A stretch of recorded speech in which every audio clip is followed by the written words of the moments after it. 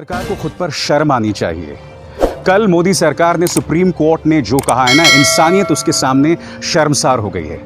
जानते हैं उनके जो नुमाइंदे हैं सोलिसिटर जनरल तुषार मेहता, उन्होंने सुप्रीम कोर्ट में क्या कहा? उन्होंने कहा कि सोशल मीडिया में या फिर जो पत्रकार आज की तारीख में गरीब मजदूरों की बात करते हैं वो गिद्ध हैं और कयामत के पैगंबर हैं। अंग्रेजी में जिस शब्द का इस्तेमाल उन्होंने किया, उन्होंने कहा कि वो वल्चर्स हैं and they are prophets of doom. मैं आपको बताना चाहता हूं मोदी सरकार कि दरअसल गिद्ध कौन है।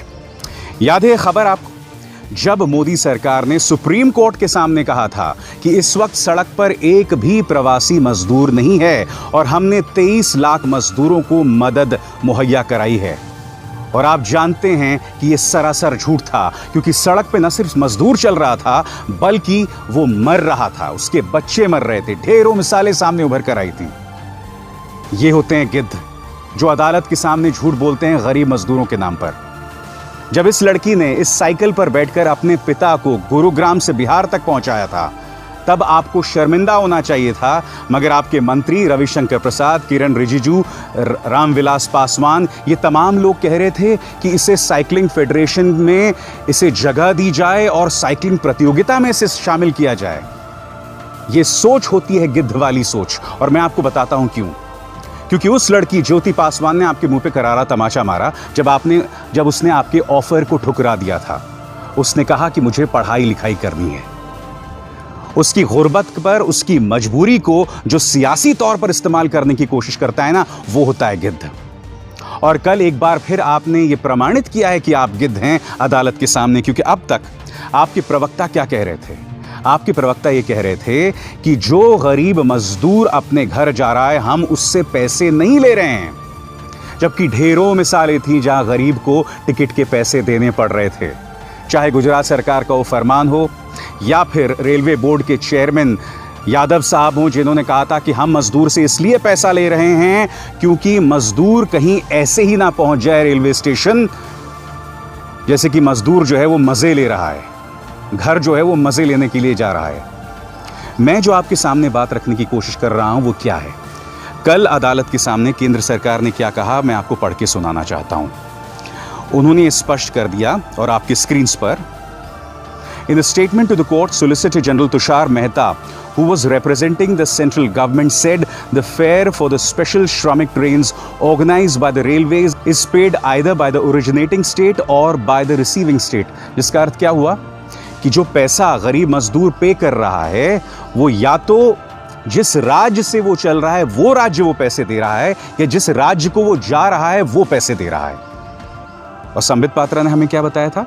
संबित पात्रा ने हमें ये बताया था कि 85% जो है वो भारत सरकार पे कर रही है, जबकि आप इस बात को बखूबी जानते हैं कि करीब 90% जो है वो पहले से ही सब्सिडी का हिस्सा बन चुका था। क्योंकि एक तरफ जो है वो सरकार करीब 43% सब्सिडी पे करती है, और वापसी में क्योंकि ट्रेन खाली आ रही होती है तो उसका तो जाहिर सी बात है 43 + 43 86 तो यही हो जाते हैं, प्लस सोशल डिस्टेंसिंग या फिजिकल डिस्टेंसिंग के चलते जो मजदूर दूर दूर बैठे होते हैं उसका किराया अलग से होता है। और कल आपने अदालत के सामने ये मान लिया कि नहीं साहब हम पैसे नहीं दे रहे थे, मगर आपका प्रचार तंत्र ये झूठ बोल रहा था कि 86% हमने पैसे दिए। तो अब बताइए ना मुझे तुषार मेहता जी, गिद्ध कौन है? मेरे जैसे पत्रकार जो इन गरीब मजदूरों की बात कर रहे हैं, या फिर आप जैसे लोग जो सरासर झूठ बोलते हैं, सरासर गलत बयानी करते हैं? क्या इस सवाल का कोई जवाब है आपके पास? मैं आपको बताना चाहता हूं दरअसल इनके हिसाब से कौन सा मीडिया गिद्ध नहीं है। आपकी स्क्रीन पर यहां पर इस वक्त भारत और चाइना में तनाव है।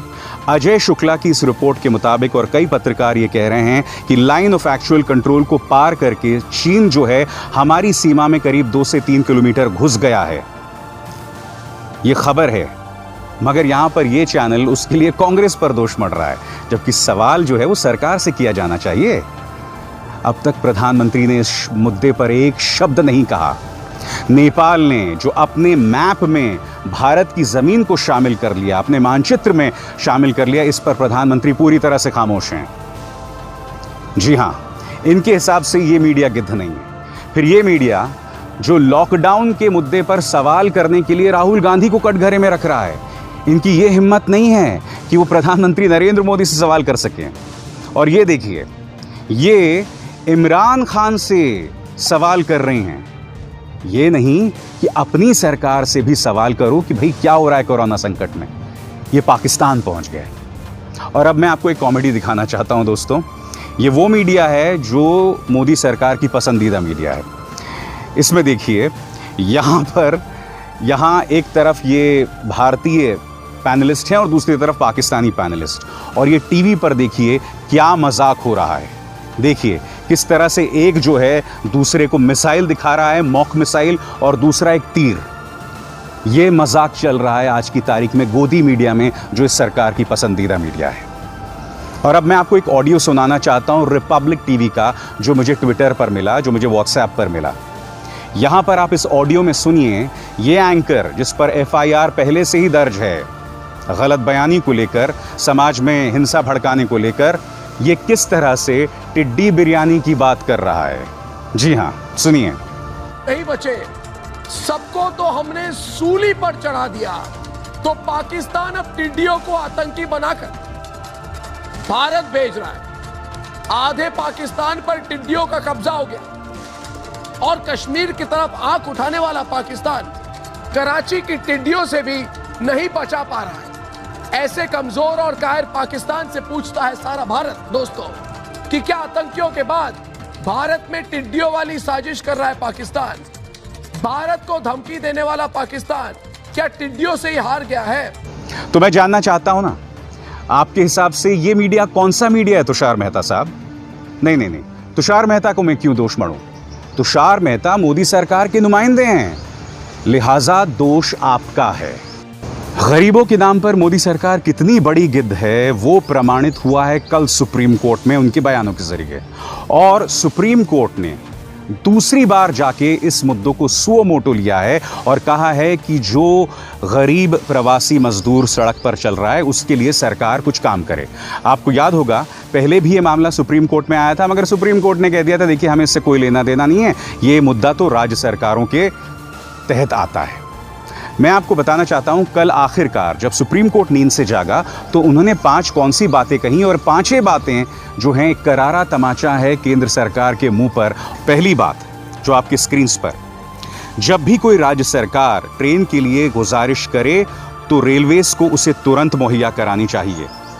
इसके अलावा उन्होंने ये भी कहा कि किसी भी प्रवासी मजदूर से ट्रेन या बस का किराया ना ले, और ये जो है राज्यों के बीच में इसे शेयर किया जाए।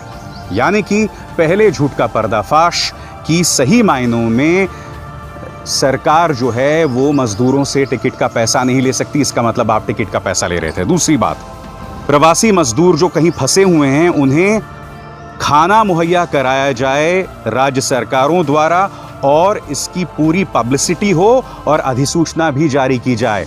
इसका मतलब क्या हुआ कि अब तक आप खाना नहीं दे रहे थे, जिसका प्रमाण आपके सामने यहाँ देखिए। एक ट्रेन रुकी हुई है और ये गरीब मजदूर वहाँ पर भुट्टा भुनकर खा रहे हैं, ये बदतर हालत है। अब ये दूसरी तस्वीर देखिए, मुजफ्फरपुर की है।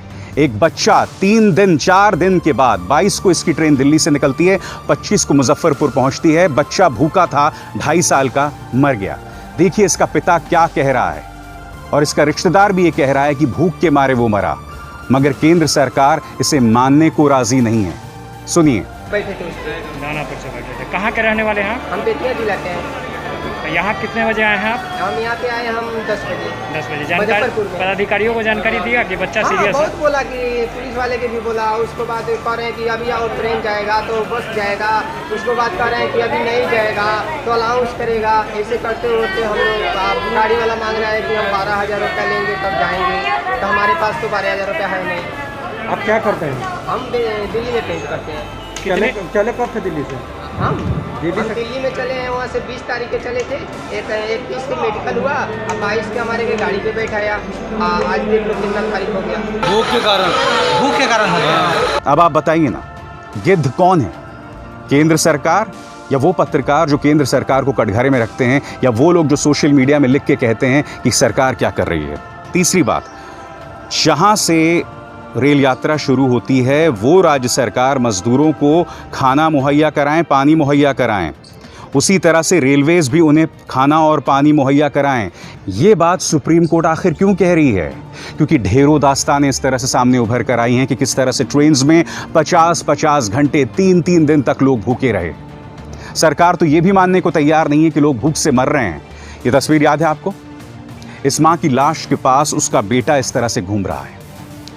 तुरंत रेलवे मंत्रालय जो है एक फरमान जारी कर देता है और वो फरमान में क्या कहता है कि नहीं, ये औरत जो है वो भूख और प्यास से नहीं मरी, ये औरत दरअसल बीमारी से मरी है।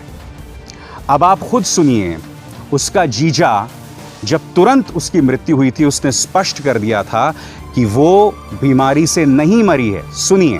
जो मरी है वो आपकी कौन है? साली है। कैसे मरी? ये ऐसे ही मरा है अचानक। कुछ बीमारी पहले से? बीमारी उमारी कुछ नहीं था। मतलब खाना वाना मिला था पूरा? हाँ, खाना वाना सही मिला था, पानी का बोतल हर चीज़ मिला था। अब इसमें आपने सुना, उसने दो बातें कही कि वो बीमारी से नहीं मरी, मगर उसने ये भी कहा कि खाना और पानी मिला था।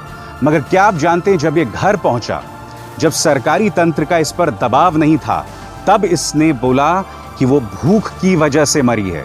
सुनिए पूरा उसका बयान। क्या हुआ था? जैसे हम लोग गुजरात से चले थे, 3 दिन लगा था आने में।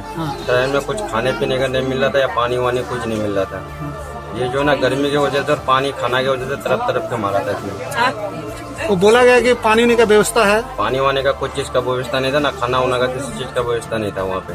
अच्छा। खाने के लिए तरफ तरफ के मारा है, खाने के लिए। अच्छा, कोई व्यवस्था नहीं दिया पानी? नहीं, किसी चीज का व्यवस्था नहीं दिया। इससे पहले जो मेरे से बयान लिया गया ना, तो उस टाइम मैं टेंशन में था, इसलिए मैंने कुछ और बोल दिया था। अच्छा, इसलिए एक्चुअली मौत कैसे हुआ? मौत वो खाने वजह से हुआ है।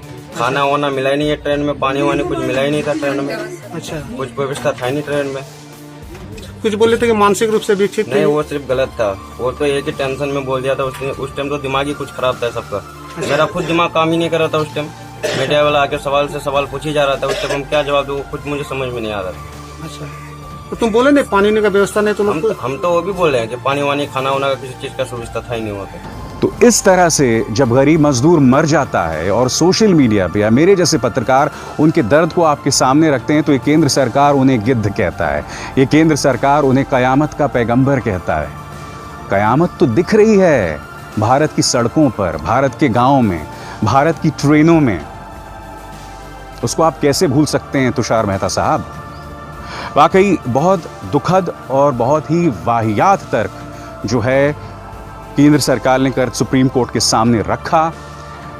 मैं उम्मीद करता हूं कि आने वाले दिनों में सुप्रीम कोर्ट कटघरे में रखेगा केंद्र सरकार को, क्योंकि केंद्र सरकार न सिर्फ नाकाम रही है, जैसे कि आप जानते हैं सिर्फ 4 घंटे का वक्त गरीब मजदूर को दिया गया लॉकडाउन के लिए, और यही नहीं उसके बाद भी अपनी गलतियों पे इस तरह से ये लोग पर्दा डालते रहे। तो आज मेरे आपके सामने यही सवाल है, और वो सवाल यही है कि क्या ये केंद्र सरकार गिद्ध है या नहीं। बोल के लब आज़ाद है तेरे में बस इतना ही। मेरी आप सबसे अपील कि इस कार्यक्रम को ज़्यादा से ज़्यादा लोगों तक पहुंचाएं, इसे लाइक करें, शेयर करें और बेल आइकन भी ज़रूर दबाएं। अभिसार शर्मा को दीजिए इजाज़त। नमस्कार।